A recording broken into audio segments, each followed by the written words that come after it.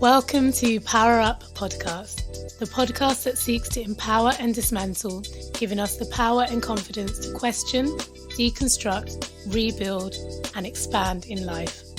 I'm your host, AmaRouge, voiceover and multidisciplinary artist, well-being advocate, food and book geek with over 14 years of movement-centered experience. I am your host, Mesma, artist, choreographer, yogi and coach with a passion for alchemy, creativity, transformation and workplace wellness. We recognise that we can't dismantle and empower or be empowered without first learning ourselves, diving deeper to unlearn the harmful, restrictive and unprogressive. It's an ongoing practice and journey for us all, which is why we created this podcast. Our show features guests doing the work to enlighten, deconstruct and power up in their own magical ways. We're going to be having conversations around the power of healing, transformation, well-being and creativity, and how they feed our personal and collective evolution, how they help us power up.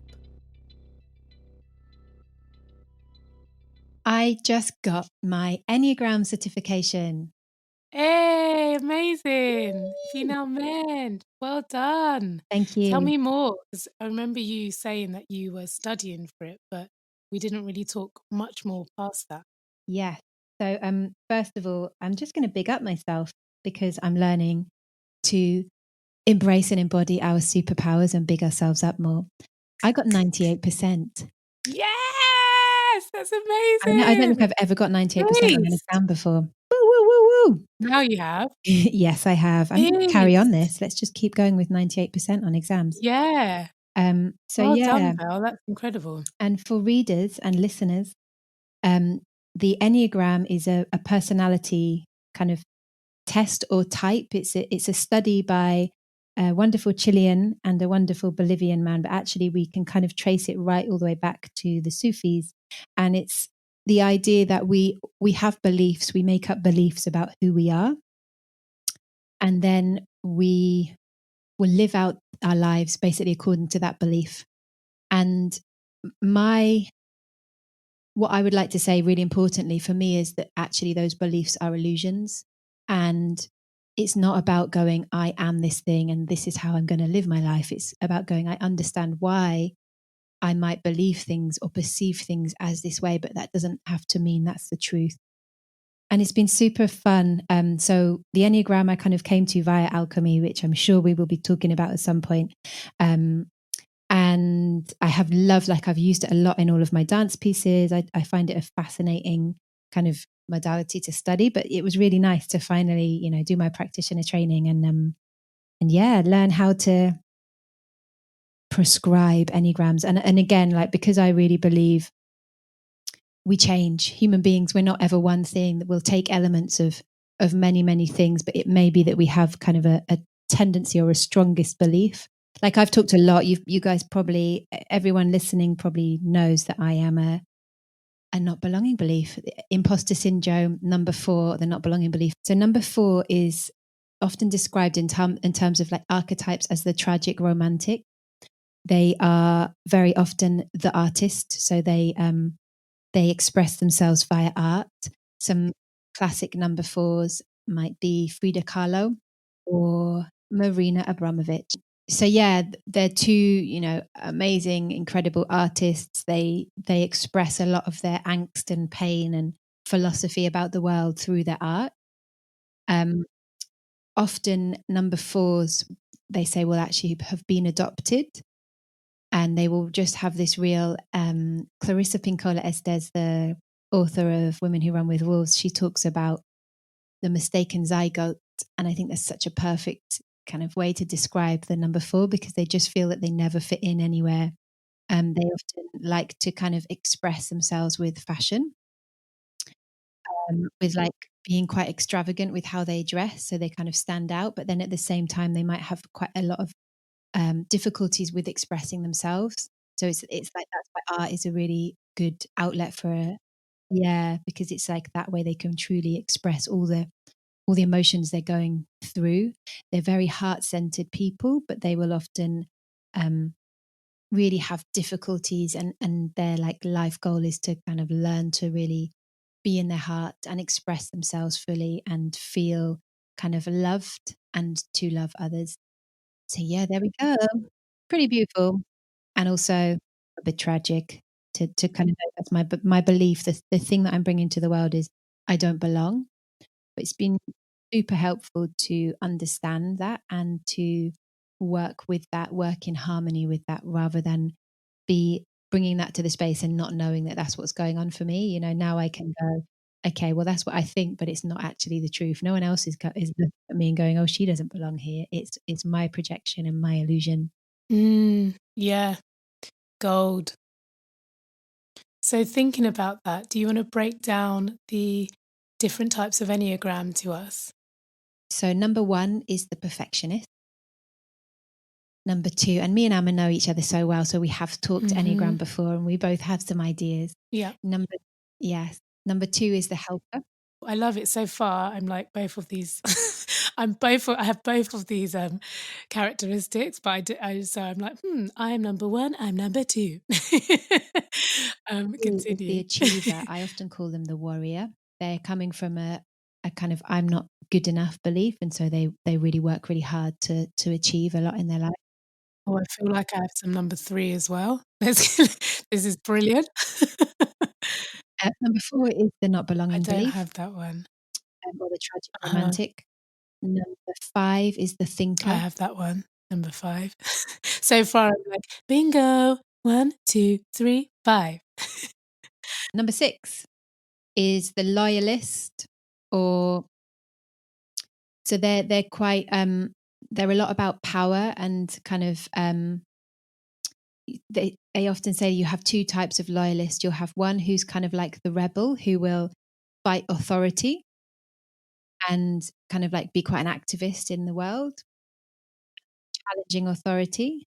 And then other way where they kind of will tend to align themselves with authority figures and kind of really follow by the rules and be quite obsessed. I don't think that's the right word, but really, really think about wrapped up, that's the word, with that kind of like power and aligning with. And number 7. Number 7 is the explorer.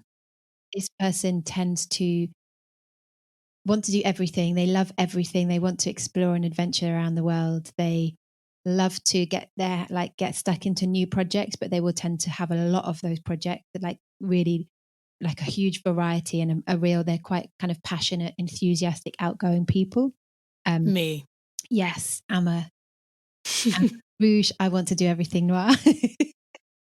Um, and I completely forgot I had that name. That's so hilarious. So yeah, definitely a number 7 as well. But interestingly, I think this year I'm starting to like narrow my focus a bit more. Like it's definitely still broad, and I definitely still have lots of things that I am embracing and I'm doing in different projects. But I feel like it's the first time in probably my whole life that I've started to drill down a bit and get a bit more, just narrow it a bit. So there's not so much, so maybe rather than like, for example, I'm pulling numbers out of the sky, but instead of having like 15 projects, I have 9, and it actually feels new, and it feels really good. It feels good to still be me in that sense, but hone it a bit, hone the focus a bit. Yeah. Interesting. But yeah, definitely an explorer in life as well. Travel, cultures and people and connection, and yeah, 100%.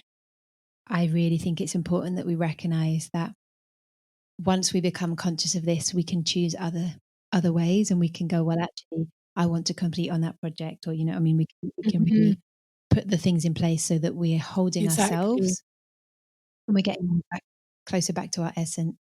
Yes, exactly. And feeling more fulfilled, I think, as well. I think um, the potential kind of pitfall of having a whole heap of projects running alongside each other is that sometimes you can not go to completion, and you don't necessarily always you don't always follow through completely, and sometimes that's okay if you're choosing to put something down to then pick it up later, if it's a conscious choosing, and there's a conscious awareness there. But if it's being dropped, or it's staying in its formative stages because you are doing so many different projects, then there's a message there.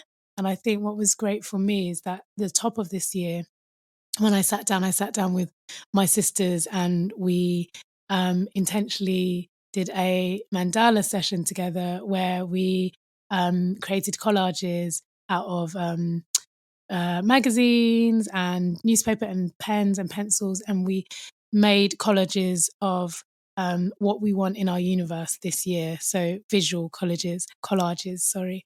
And on mine, I put commitment, which was a connection to this idea of follow through and completion on all of the ideas or projects or areas that I choose to put my focus on, whether that's personally for love, as passion projects, or whether it's creatively for work or career.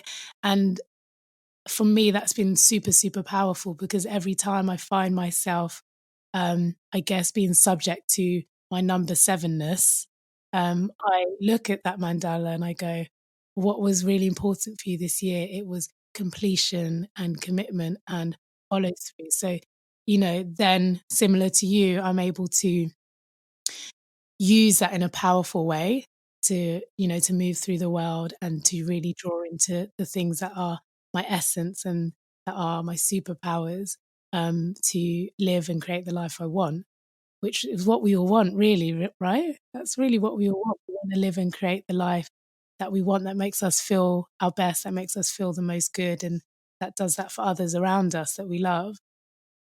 Yep. So number 8, because we did number 7. Yes, number 8 is the boss. Does exactly what it says on the tin. Wants to be the boss. They have a lot of each there's kind of 3 quadrants who are either in their heart center, in their body center, or in their mind center, and are also kind of have different places they sit in. So fear is number 6, for example, is quite a fear based, and the boss number 8 is quite anger based. So they'll can be quite triggered and get into that angry state. And obviously bosses are wonderful human beings as well. But I'm sure a few bosses, and often they'll be kind of that, like, wanting to control. But then again, like, how do they, because when we understand that we're coming from that point of view, then we can step into our leadership role rather than our boss role, and actually be really good, because they have such a natural ability to lead. So when they understand how they're behaving, then they can, you know, choose other ways choose other ways, and embrace the positive kind of leadership elements of that Enneagram. And then finally, we have the number 9, which is the peacemaker. They tend to be, so actually, I'm currently living with a 9. They tend to want everyone to be okay and happy. And, like, if there's an argument, tend to kind of actually find ways to try and make the peace. They will, like, one of their kind of the things they're working through is, because they are quite peaceful, is just getting up and doing stuff and taking action, rather than, it's definitely a more way to lie down and relax and so on. So battling with that a bit. And I think that I can recognize in myself as well, but my strongest is my 4. Yeah.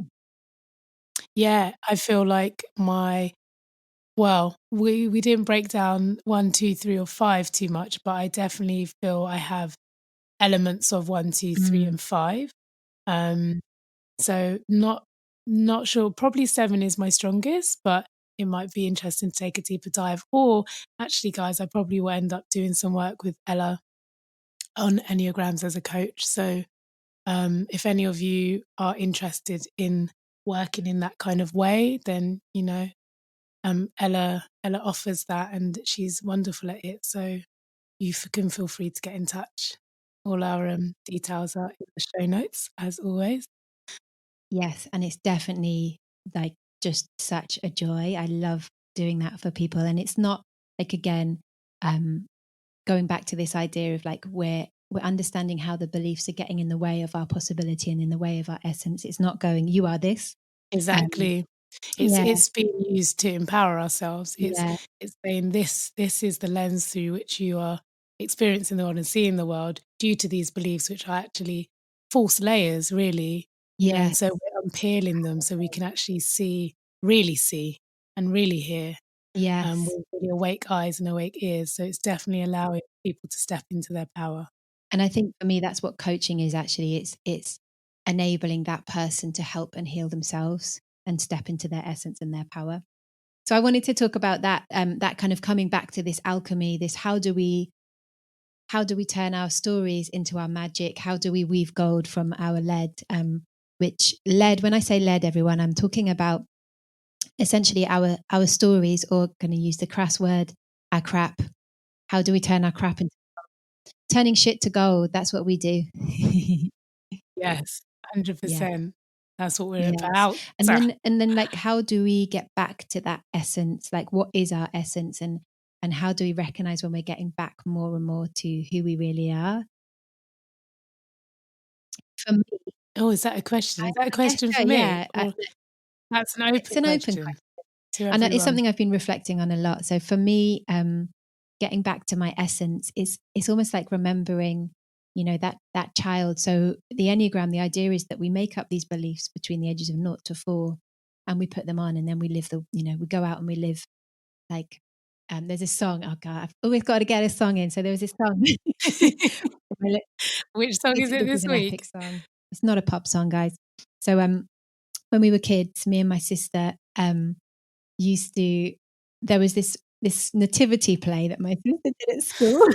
I already know this is gonna be so good, It's so good. guys. And Eeyore, yeah. This is so the tragic romantics. I think Eeyore probably is number 4, not belonging belief. Oh my gosh, he is! Eeyore is number 4. That's Eeyore. Yeah, I have Eeyore tendencies, and I think, like, Emma knows me, I'm doing pretty well, right? I used to live in Yeah, that victim super. place, and now, like, it barely even, features. You've definitely elevated through in terms of transformation and growth, and of course, it's still a journey, but yeah, massive. Yeah, super proud. So back to the story of the song. So this song was, created for the Eeyore character in this nativity play. I went to a very religious school as a kid, and it went like this. I can't remember why I'm singing this now, but it went like this. Nobody cares. Nobody cares.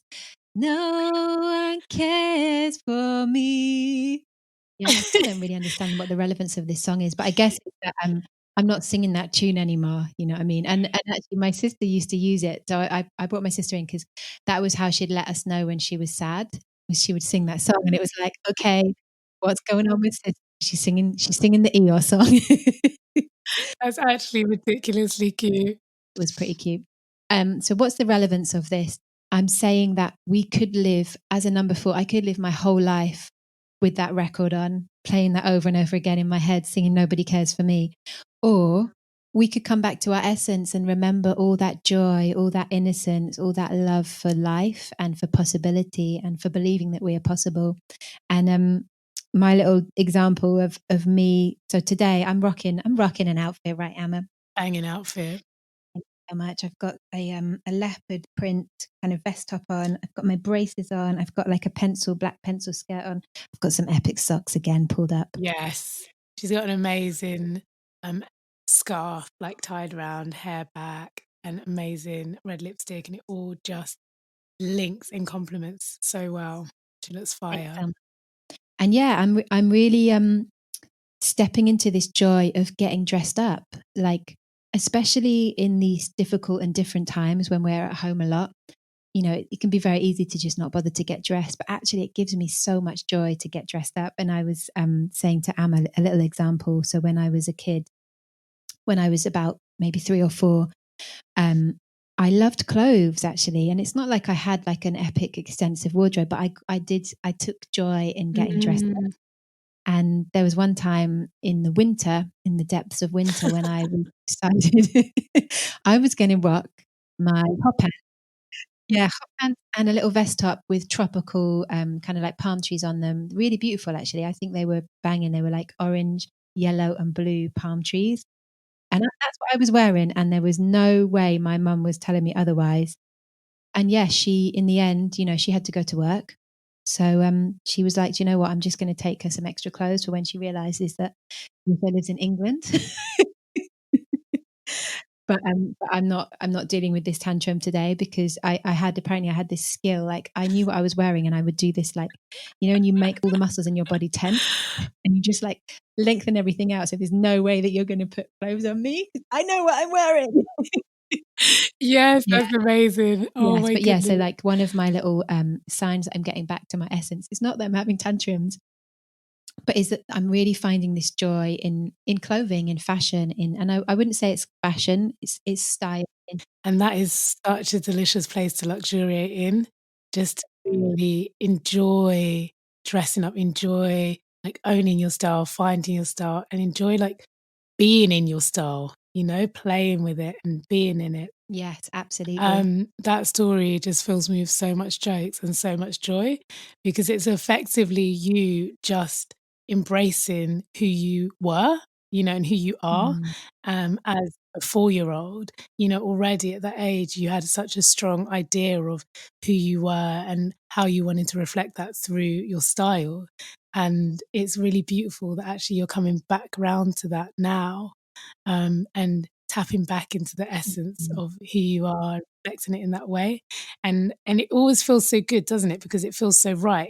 And I guess that's because it is your essence. So you know when you're coming back to your essence because it feels so damn good and intuitively it feels so right. It sits right within your body. Yeah.